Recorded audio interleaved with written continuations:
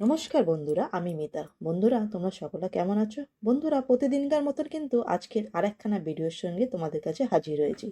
বন্ধুরা, আজকের কিন্তু ভিডিওতে রয়েছে খুবই কিছু ইউজফুল কাজের টিপস, যেগুলো কিন্তু তোমরা পুরো ওয়াচ করে নিও, তোমাদের কিন্তু খুবই লাভ হবে। তো চলো দেখে না যাক আজকের প্রথম টিপসটা কি আছে। বন্ধুরা দেখো, এখানে নিয়ে নিচ্ছি আমি একখানা কলার খোসায় তো আমি লাগিয়ে নিচ্ছি একটু কোলগেট।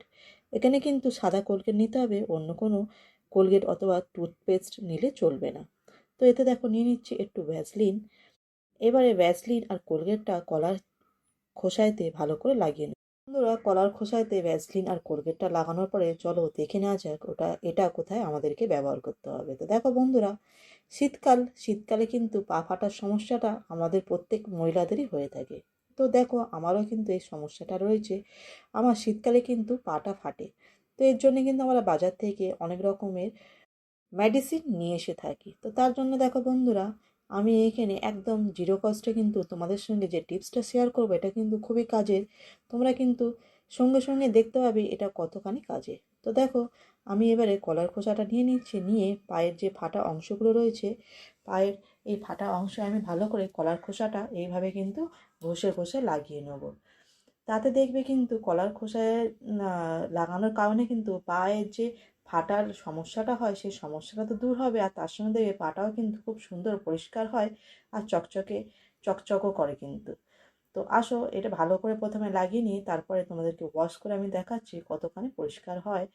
আর সঙ্গে সঙ্গে তোমরা দেখতে পাবে পা যে ফাটার সমস্যা থাকে সেটা কিন্তু অনেকখানি দূর হয়। তো এইভাবে কিন্তু কম করে 1 সপ্তাহ তোমরা যদি এই টিপসটা যদি ফলো করো, তাহলে দেখবে কিন্তু এর রেজাল্টটা পাচ্ছ। তো এবারে দেখো বন্ধুরা, আমি পাটা ভালো করে ধুয়ে মুছে তোমাদেরকে দেখাচ্ছি কতখানি পরিষ্কার হয়েছে। দেখো, আগে কিন্তু পাটা কীরকম ছিল ফাটার কারণে, আর এখন দেখো কিন্তু অনেকখানি কিন্তু রিপেয়ার হয়ে গিয়েছে সঙ্গে সঙ্গে। তো এবারে কিন্তু এটা কিন্তু রাত্রিরে শোয়ার আগেই কিন্তু করতে হবে, পুরো দিনে কিন্তু করলে চলবে না। রাত্রিরে সব কাজকর্ম করার পরে বন্ধুরা, যখনই আমরা শোয়ার জন্য যাই, তার আগে কিন্তু এই টিপসটা ফলো করতে হবে। তারপরে বন্ধুরা, এবার পাটা ধুয়ে ভালো করে মুছে এরকম ধরনের বডি লোশন একটুখানি নিয়ে পুরো পাটা কিন্তু মাসাজ করে নিতে হবে। তাতে কী হবে বন্ধুরা, পাটা তো নরম থাকবে, আর সকালে উঠেও দেখবে কিন্তু পায়ের টান ফাটার কারণে যে টানটা ধরে, সে টানটা ধরবে না, আর পাটা কিন্তু সবসময় যে নরম আর কোমল থাকবে, আর পাটাও কিন্তু আগের থেকে দেখবে অনেকখানি পাটাও কিন্তু পরিষ্কার হয়ে গিয়েছে। পরের টিপসটা হলো বন্ধুরা, এরকম ধরনের দস্তার বাসন নিয়ে। এরকম ধরনের দস্তার বাসন কড়া যখনই দেখবে রেখে দেওয়া হয়, তখন দেখবে এইভাবে কিন্তু দস্তার বাসনে কালো কালো হয়ে যায়।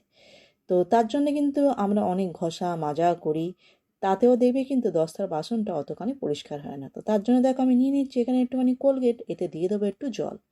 দেওয়ার পরে দেখো, এখানে নিয়ে নিচ্ছি আমি ওষুধের একটু খালি র্যাপার। তো খানিকটা র্যাপার এখানে আমার খালি আছে, ওষুধগুলো খেয়ে হয়ে গিয়েছে। তো এই যে খালি র্যাপারটা রয়েছে, এখান থেকে আমি কেটে নেবো, নিয়ে এটা আমি ব্যবহার করব। তো এবার এই র্যাপার দিয়ে, এই কোলগেট দিয়ে এবার এই বাসনটা ভালো করে মেজে নেব। তো ভালো করে মেজে তোমাদেরকে তারপরে আমি ধুয়ে দেখাচ্ছি কতখানি পরিষ্কার হয়। তো তো দেখো, মাজা ঘষার পরে কিন্তু এবারে জল দিয়ে ধুয়ে দেখাচ্ছি, এতে দেখো কতখানি কিন্তু নোংরা বের হয়েছে। তো এটা পুরো ওয়াশ করেই তোমাদেরকে দেখাচ্ছি কতখানি বাসনটা পরিষ্কার হয়েছে। তো এইভাবে কিন্তু তোমরা এই এইরকম ধরনের বাসন, এরকম ধরনের কড়া অথবা কুকারও কিন্তু এই সেম প্রসেসে কিন্তু তোমরা পরিষ্কার করে নিতে পারো।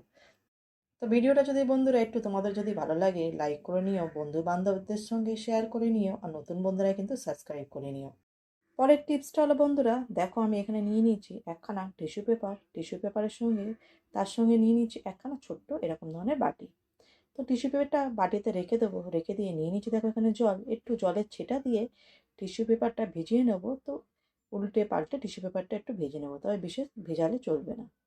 তো দেখো, এটা কোথায় ব্যবহার করতে হবে আসো দেখে নেওয়া যাক। তো দেখো বন্ধুরা, ফ্রিজেতে কিন্তু আমরা অনেক রকমের খাবার, ফল মূল, নানান রকমের জিনিস রাখার কারণে কিন্তু ফ্রিজেতে ব্যাড স্মেল হয়ে থাকে।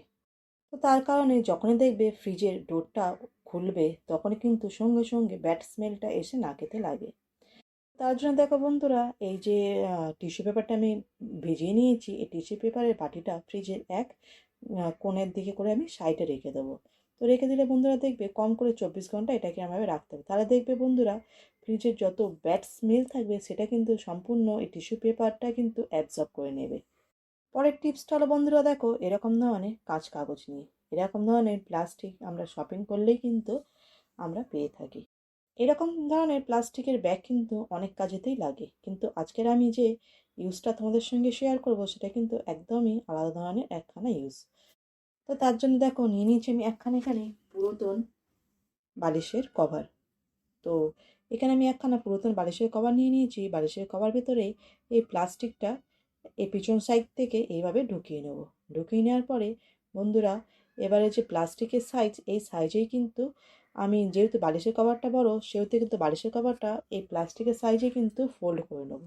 তো এটা তোমরা যদি পার্মানেন্ট করতে চাও তাহলে কিন্তু এটা সুই সুতো দিয়ে সেলাই করে নিতে পারো, আর নইলে কিন্তু এতে একটা দুটো সেফটি পিন লাগিয়ে নিতে পারো।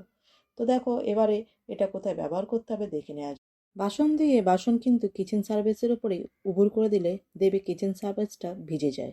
তো তার জন্য এরকম ধরনের অর্গানাইজার বানিয়ে অর্গানাইজারের উপরে যদি এইভাবে যদি ভিজে বাসনগুলো যদি শুকনো করার জন্য যদি উল্টো করে দেওয়া যায় তাহলে দেখবে কিচেন সার্ভিসটা একদমই শুকনো থাকবে। তারপরে কিন্তু বাসন শুকনো হয়ে যাওয়ার পরে বাসনটা তুলে নিয়ে এই অর্গানাইজারটা কিন্তু শুকিয়ে নেওয়া যাবে। তো পরবর্তী টিপসটা হলো বন্ধুরা এরকম ধরনের বয়েন অথবা এরকম ধরনের এয়ারটাইট কন্টেনারগুলো নিয়ে, এরকম ধরনের এয়ারটাইট কন্টেনারের ভিতরে দেখবে কিছু রাখলে যেহেতু শীতকাল সেহেতু কিন্তু রোদ্দুর এখন খুবই কম বেরোয়, আর ঠান্ডা হওয়ার কারণে কিন্তু এরকম ধরনের এয়ারটাইট কন্টেনারগুলো ঢাকনা অনেক সময় ঢিলা হওয়ার কারণে কিন্তু এয়ার যাওয়ার কারণে কিন্তু দেখবে এর ভিতরে রাখা জিনিসগুলো নরম পড়ে যায়, খারাপ হয়ে যায়। আর অনেক সময় দেখবে এরকম ধরনের চিনি, নুন এরকম ধরনের এয়ারটাইট কন্টেনার অথবা বয়ানেতে রাখার কারণে কিন্তু দেখবে এর ভিতরে হাওয়া যাওয়ার কারণে কিন্তু দেখবে যে এটা জলজলে হয়ে যায়, যার কারণে কিন্তু দেখবে নুনটাও জলজলে হয়ে যায়, অথবা এরকম ধরনের চিনিও কিন্তু জলজলে হয়ে গিয়ে খারাপ হয়ে যায়। তো তার জন্য দেখো বন্ধুরা এখানে নিয়ে নিয়েছি আমি একখানা গার্ডার। গার্ডারটা এইভাবে কিন্তু বয়ানের এই ঢাকনার যেখানে আমরা মুখে লাগিয়ে থাকি এই টাইট অংশে কিন্তু এইভাবে গার্ডারটা লাগিয়ে দিয়ে ঢাকনাটা লাগিয়ে দিলে তাহলে দেখবে এর ভেতরে কোনো প্রকারের এয়ার যাচ্ছে না, যার কারণে দেখবে নুন অথবা চিনি এরকম ধরনের জিনিস কিন্তু খারাপ হচ্ছে না আর জলজলে আর হচ্ছে না। পরবর্তী টিপসটা হলো বন্ধুরা এরকম ধরনের খাবারের কন্টেনার নিয়ে, যখনই আমরা বাইরে থেকে খাবার নিয়ে এসে থাকি এরকম ধরনের কন্টেনার তার সঙ্গে আমরা পেয়ে থাকি।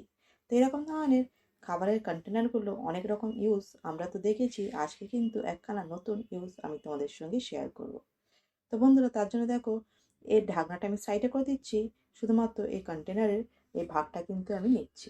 এবার নিয়ে নিচ্ছি আমি এখানে ডবল টেপ কেটে এরমভাবে ছোটো ছোটো করে দুটো কেটে পিছনে লাগিয়ে নেবো কন্টেনারের পিছনেতে। তো এবারে চলো দেখে নেওয়া যাক এটা কোথায় আমাদেরকে ব্যবহার করতে হবে। তো চলো এবার সিধে চলে যাবো আমি বাথরুমের দেয়ালেতে এবার এই কন্টেনারটা এইভাবে কিন্তু লাগিয়ে দেবো।